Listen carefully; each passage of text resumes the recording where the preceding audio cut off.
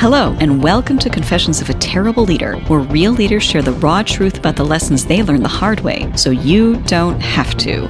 Join our host, Layci Nelson, founder of Transcend Leadership Collective and former terrible leader. Every leader can become worthy of being followed if they are willing to put in the work. On this podcast, we share the messy stories and behind-the-scenes reality of what the work actually entails. We welcome you to this community of revolutionary leaders who believe honest communication, healthy conflict, and building cultures of acceptance, respect, and trust are not only possible, but non-negotiable for cultivating world-class teams.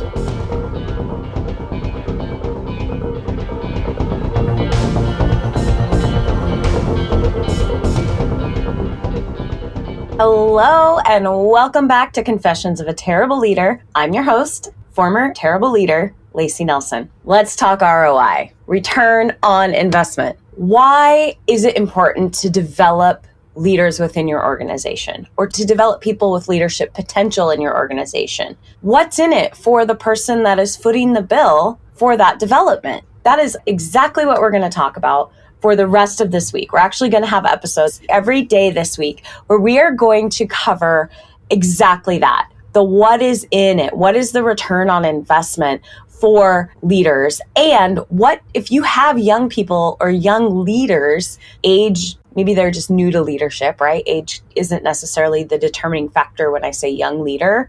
When you have someone in your organization that is relatively new to leadership, what are the things that you need to make sure that they know?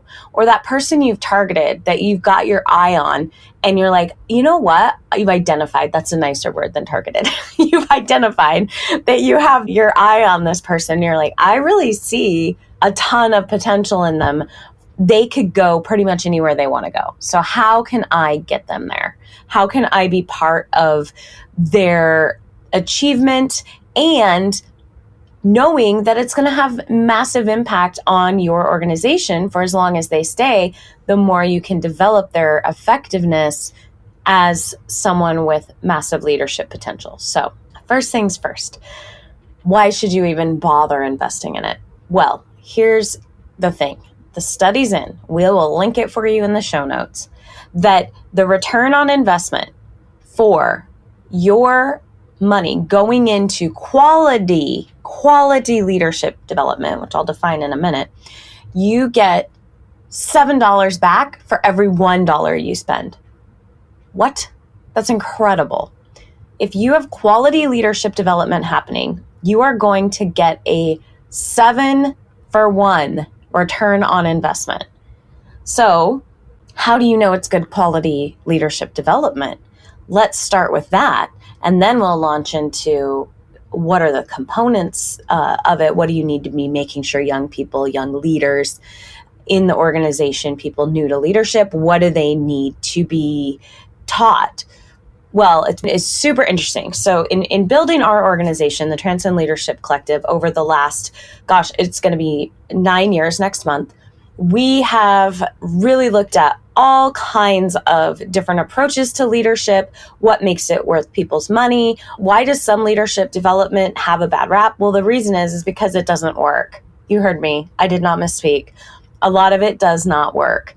And so I really started looking intently at what makes the difference between leadership development that is going to get you that 7-to-1 investment, return on investment, for and also all the time and energy. Like, what's going to make it worth it? What is the linchpin for those leadership trainings that actually don't just become that thing someone did one time, checked off a box, or back in the binder days, a binder sitting on your shelf collecting dust?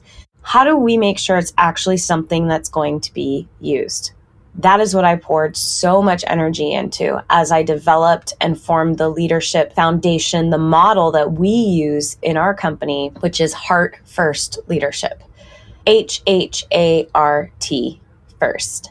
And the reason we use it is because it has been proven Not only is it the right thing to do, in my opinion, in the way that we treat humans, but it has been proven to be what actually makes the difference between leadership development that is truly life-changing, organizational transformations happen, and just that one feel-good seminar you went to that one time.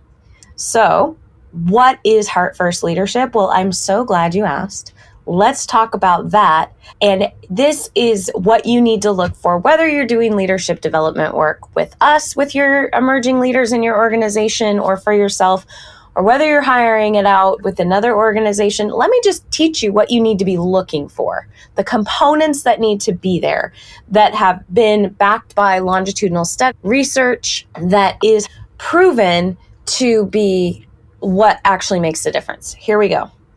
First thing that you need to make sure is that everybody in the organization that is in a seat of leadership understands how to facilitate honest communication and how to set up and create an environment where honest communication can actually happen. Another word for that is psychological safety. How do you create an environment? You have to create a psychologically safe environment for honest communication to happen, and people knowing that they can actually come to work, be honest, bring their full selves to work and be authentic, and that it is going to be a place where they are able to state when they don't like something, or to ask questions and not be viewed as a troublemaker or someone that's trying to just, throw a wrench in the system, but actually be invited into the problem solving process and thanked for that they care enough that they're asking questions, right? So you want to look for something that is helping people understand how to make honest communication happen through what it takes for psychological safety. And also the leaders need to understand themselves how to be honest communicators. Okay, that's the first component. The second H in our Heart First leadership model is healthy conflict. You heard me right. People need to understand what kind of conflict you want to be having. You actually want conflict in your organization. It's the difference between organizations that are just, doing great and okay to ones that are world-class and just killing it. It's those teams that can come to the table, hash out an idea, really argue for which idea is going to be the one that is the most successful, and which solutions are they going to hobble together from everybody's different input. Honest communication coupled with healthy conflict brings the best solutions forward, and it is an environment where people understand, it's us versus the problem, not me versus you because you don't agree with me and now you're the problem. There's a huge difference in how that feels and the amount of feedback and participation and engagement you're going to get when you clearly let people know, no, people aren't problems here. The problems are like the challenges we're trying to solve. We're on the same page. We're on the same team. Throwing out the different possibilities is what's going to get us to the best possible solution. It's more important for us to get it right than to be right. Letting go of that need to win, to be right for the sake of being right, and focusing on let's find the best answer. So healthy conflict, that's what it looks like. There's other kinds that get in the way. You want to make sure that you're in a program that helps people understand, or utilizing curriculums that help people understand what the types of conflict are and can diagnose, give them some cues for diagnostics of now we've stepped into not healthy territory with the conflict. And not only diagnose it, but then give some actual skills to move through it and some strategies to move through it when it does cross that line into the kind of conflict that's not beneficial. Okay. Big, really important things. Acceptance, HHA. A is acceptance. Acceptance is belonging. Belonging is key. Belonging is one of the top factors that will keep people in the workplace. People want to know that they belong, that they can be authentically who they are, professionally, of course, and that they can, basically, it's like you want to go to work and know people like you and they want you there and that you fit in there. Now, you can have a whole bunch of very, very different people political beliefs, religions, socioeconomic backgrounds, all the things in an organization, and have everyone still know that they belong in that organization. What's the linchpin? Well, part of it is core values. Part of it is the other two components we talked about, and an understanding of we don't talk about people here, we talk to them, understanding how to set that norm. You want to have young leaders, emerging leaders, you want them to know how to look for that, how to make it happen, how to be that.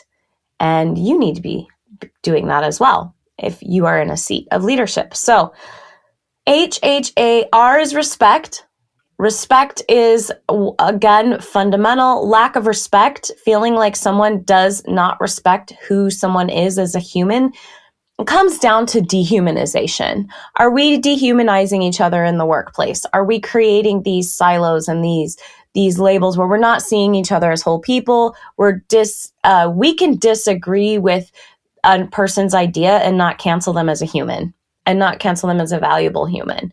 And in workplaces that have levels of what truly is toxicity, disrespect or lack of respect, basic respect for each other as human beings is one of the keystones or the markers that you're in a toxic environment. So respect is absolutely vital.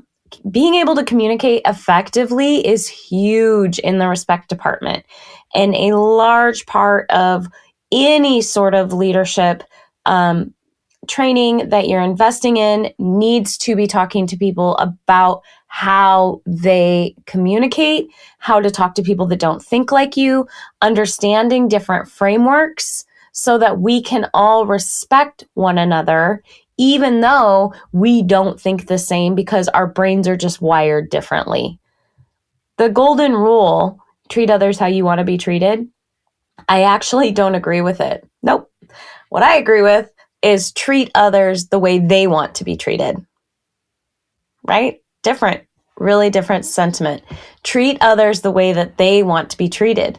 That means do the work to figure out what are some of the different communication styles on your team and your people that are in, positions to have that potential to really lead well. This is a skill set that can be learned and is so important. We all need to understand that if we are trying to get any group of people to work together, it's that is a critical piece. Okay, so HHART, trust. Trust, little book you might have read called Speed of Trust. Nothing happens without trust. It is impossible to build an effective team without trust. And how do we build trust? There's a pretty simple formula for it. Trust is built when you demonstrate consistency over time. So they are going to trust whatever you do or whatever an emerging leader is doing. They need to understand that they're creating the trust or mistrust of all of the people around them over time. So it's everything from, don't go back on the big things. Don't promise things you can't deliver on. Don't tell someone they're going to get a raise if you aren't the one who actually can confirm that that's going to happen. Don't tell someone that they're in line for a promotion if that's not actually the solid 100% truth. Those are the big ones and what are most obvious. And the other pieces of trust are don't take credit for work your team did. Don't make sure that people are understanding how important it is to give credit away. And that is huge for trust. It also is really critical that you don't lack consistency in the little things. What are the little things? The little things are, I'll get that to you end of day. And you're not aware of your own bandwidth. And so you're over promising and then under delivering. That repeated lets them know that you're not reliable in that. And it can generalize quickly to a general sense of not being reliable. I don't know if I can really trust what they're going to say. And then you can see how that can quickly spiral. So really helping people understand, that was just a snippet on trust, how to build trust and what it takes. That's also key to get that ROI that you want. And not just the ROI. It's just being it's being a human in a position of authority and leadership that understands the impact of it and that it can actually be an opportunity to change someone's life in the best way possible. That is so exciting and such a privilege and an honor to be able to invite someone into your workplace to be working with you. And when that chapter is over, they are actually leaving better than when they came to you. Like they have grown, they've worked on themselves, and they're going to continue to spread that in the world. Because here's the good news. People that work under a solid leader, they take the habits with them and they replicate them. And if you are in leadership, you should always be creating other leaders. A true leader is not someone who just has people following them, though you can't really lead if no one wants to be following you. I don't care what the title on your business card says. But it's, are you creating other leaders? And these are the baseline of what it takes. You can have the best systems in the world. You can have the fanciest Ivy League degrees. You can have the most up-to-date software programs. If you can't talk to each other with these fundamental principles, your potential will never be realized as an organization. This is the key. This is the stuff that makes the difference. And we've heard over and over again from our own clients. I just heard it again last week. He said, I've been in the workforce for over 30 years now. I usually go through things like this and don't expect much.